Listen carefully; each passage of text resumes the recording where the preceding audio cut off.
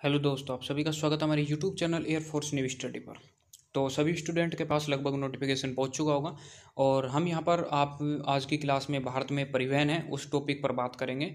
और आपने देखा कि रेल परिवहन कर चुके हैं और आज हम जल परिवहन के बारे में इंपॉर्टेंट क्वेश्चन है उनको यहां पर डिस्कस करेंगे, जो कि ये पढ़ने पर इनसे बाहर आपके एक भी एग्जाम में क्वेश्चंस नहीं जाएगा और सभी पोर्शंस को अच्छी तरह समझेंगे और जो भी काउंट मैक्स में आपसे सवाल पूछा जाए आपको जवाब देना है। कंटिन्यू लाइव क्लास चल रही है, बिल्कुल लाइव हूँ यहाँ पर, और कोई भी क्वेश्चन हो और तो आप पूछ सकते हो। ठीक है, आपकी लाइव क्लास फिलहाल आप देख रहे हो चल रही है, लाइव कमेंट कर सकते हो।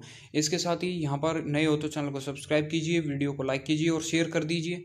और सबसे पहले तो आप वीडियो को लाइक कर दिया करो जैसे ही क्लास आपके पास नोटिफिकेशन पहुंचे, क्योंकि लाइक करने से क्या है, हमें एनर्जिकल फील होता है और अगली वीडियो के लिए और अच्छा करने की कोशिश करते हैं। और सब्सक्राइब भी कर दिया करो, ठीक है, और साथ के साथ शेयर कर दिया करो जिससे अन्य स्टूडेंट है वो भी लाइव क्लास में जुड़ जाए और 10 मिनट के अंदर एक अच्छा कॉन्सेप्ट है वो प्राप्त हो उनको अच्छे से अच्छा। ठीक है, तो यहाँ पर आ जाते हैं।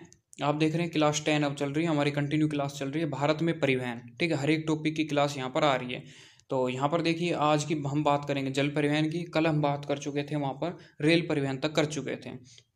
ठीक है, इससे जब इन क्वेश्चनों को करने के बाद, क्योंकि ये थोड़े क्वेश्चन इन बंदरगाह से अलग है, और फिर इन बंदरगाह के बारे में जानकारी प्राप्त करेंगे। ठीक है, तो यहाँ पर देखते हैं और क्वेश्चंस को करते हैं और आप भी कमेंट बॉक्स में साथ के साथ जवाब दो। और पहले भी बता दिया, वीडियो को जिन्होंने लाइक नहीं किया तो एक बार पहले लाइक कर दीजिए, तो फटाक से 2 सेकंड के लिए, और उसके बाद तुरंत आप यहाँ पर लाइव सेशन में कंटिन्यू जुड़ जाए। ठीक है, तो यहाँ पर जिससे सभी बच्चों के पास सर्चिंग लिस्ट में वीडियो पहुँच जाए और वो अच्छे से नेवी मार के स्टूडेंट है वो तैयारी कंटिन्यू कर पाए। तो फर्स्ट है वो आप यहाँ पर मेन इंपॉर्टेंट क्वेश्चन करवाए जाएंगे जल परिवहन के, इनसे बाहर एक भी क्वेश्चन नहीं जाएगा। ठीक है, गारंटी के साथ यहाँ पर सिलेक्शन बैच है आपका। व्यापार की दृष्टि से भारत का सबसे बड़ा बंदरगाह है, बहुत ही अच्छा सवाल है। तो यहाँ पर सी ऑप्शन राइट हो जाएगा। मुंबई बंदरगाह है वो व्यापार की दृष्टि से भारत का सबसे बड़ा बंदरगाह माना जाता है। यहाँ पर देखिए दूसरा सबसे बड़ा बंदरगाह यदि आपसे पूछ लिया जाता है तो आप उसको करेंगे चेन्नई बंदरगाह होगा। कौन सा बंदरगाह? चेन्नई बंदरगाह होगा। ठीक है, तो व्यापार की दृष्टि से सबसे बड़ा बंदरगाह हमारा मुंबई बंदरगाह और दूसरा सबसे बड़ा बंदरगाह चेन्नई बंदरगाह। और आप कमेंट में बता सकते हो मुंबई बंदरगाह है उस पर जो क्या है व्यापारिक जो भार बढ़ गया है उसके कारण दूसरा बंदरगाह है उसका निर्माण करा गया है, तो उसका आप कमेंट बॉक्स में जवाब दे सकते हो। दूसरा क्वेश्चन चलते हैं, भारत का सबसे नया बंदरगाह कौन सा है? बहुत ही अच्छा सवाल है, क्योंकि कई बच्चों ने मैं गारंटी के साथ लिख कर दे सकता हूँ इसका सवाल का जवाब नहीं पता होगा। ठीक है, तो यहाँ पर आपके लिए एक बेस्ट बैच है वो स्टार्ट किया गया है, जैसा कि मैं आपसे पहले भी बता चुका हूँ। एक अच्छी एजुकेशन लेवल आपको प्रोवाइडेड कर रहा है, तो आपको कहीं जाने की आवश्यकता नहीं, कंटिन्यू एक बेस्ट कॉन्सेप्ट प्रोवाइडेड करने की कोशिश की जा रही है हमारी कोचिंग के द्वारा।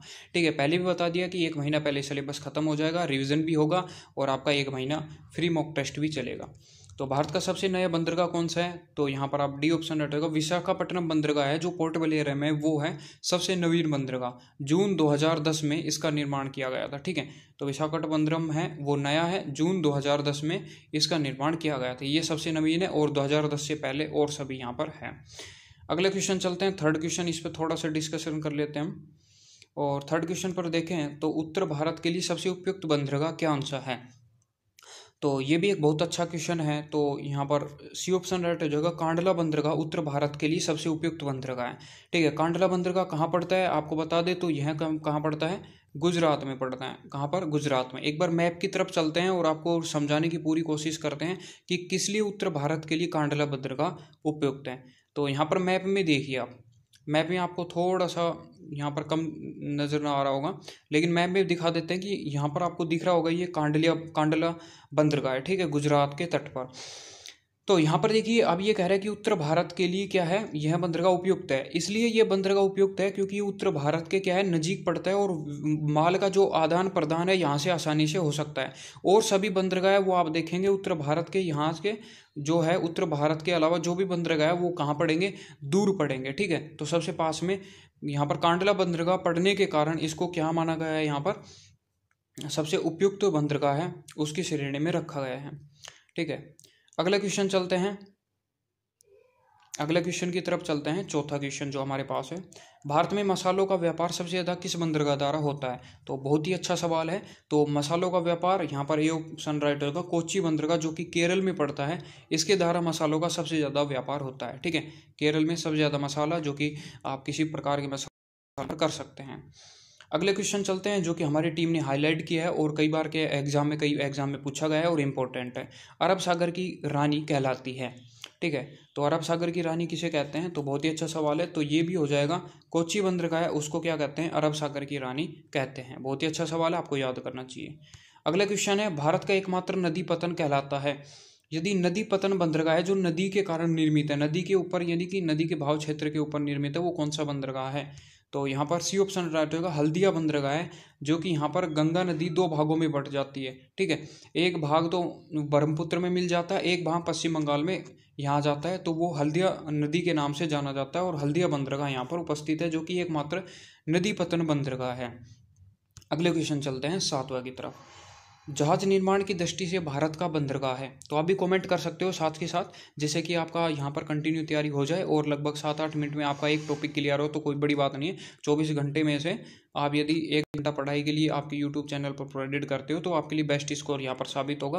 और हमारी टीम द्वारा एक शॉर्ट मेथड के अनुसार एक बेस्ट कॉन्सेप्ट यहाँ पर कंटिन्यू प्रदान करने की आपको कोशिश की जा रही है।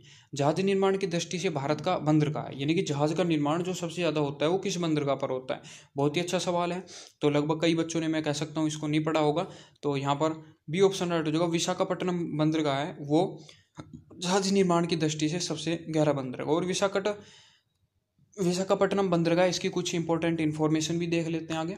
भारत का सबसे गहरा बंदरगाह कौन सा है, तो बहुत ही अच्छा सवाल है। तो बी ऑप्शन राइट हो जाएगा, गहरा बंदरगाह कौन सा है, विशाखापट्टनम। अब आप कैसे कहोगे गहरा कैसे है, क्योंकि जैसे को तट होता है ना, तो तट के पास वाली जो मिट्टी है वो क्या है, ज़्यादा नीचे है, मतलब आराम से जहाज है उसके पास सट के लग सकते हैं। लेकिन जो दूसरे हैं उनके जो मिट्टी है वो पास आ रही, जिससे वो दूर लगते हैं जहाज सट के, ठीक है। उनकी मिट्टी को वहाँ पर हटाना पड़ता है, इसलिए भारत का सबसे गहरा बंदरगाह विशाखापट्टनम बंदरगाह कहलाता है, ठीक है। अब यहाँ पर आपको मैप को केयरफुली समझना है, आपको सारे बंदरगाह बताए जाएंगे, क्योंकि कई बार नेवी एमआर के एग्जाम में यहाँ पर ऐसे क्वेश्चन पूछे जाएंगे या फिर ऐसे क्वेश्चन पूछे जा सकते हैं कि पारादीप बंदरगाह पड़ता है, कांडला बंदरगाह कहाँ पड़ता है, तो आपको इनको एक बार देख लेना चाहिए। हमारी टीम द्वारा यहाँ पर आपको रिविजन करवाया जा रहा है, तो पूरा कॉन्सेप्ट यहाँ पर समझाया जाएगा, ठीक है। तो यहाँ पर देखिए, कांडला बंदरगाह का है, गुजरात में पड़ता है, ध्यान रखना, कांडला बंदरगाह गुजरात में पड़ता है। मुंबई बंदरगाह आपको पता है, मुंबई बंदरगाह महाराष्ट्र में पड़ेगा, मुंबई के पास।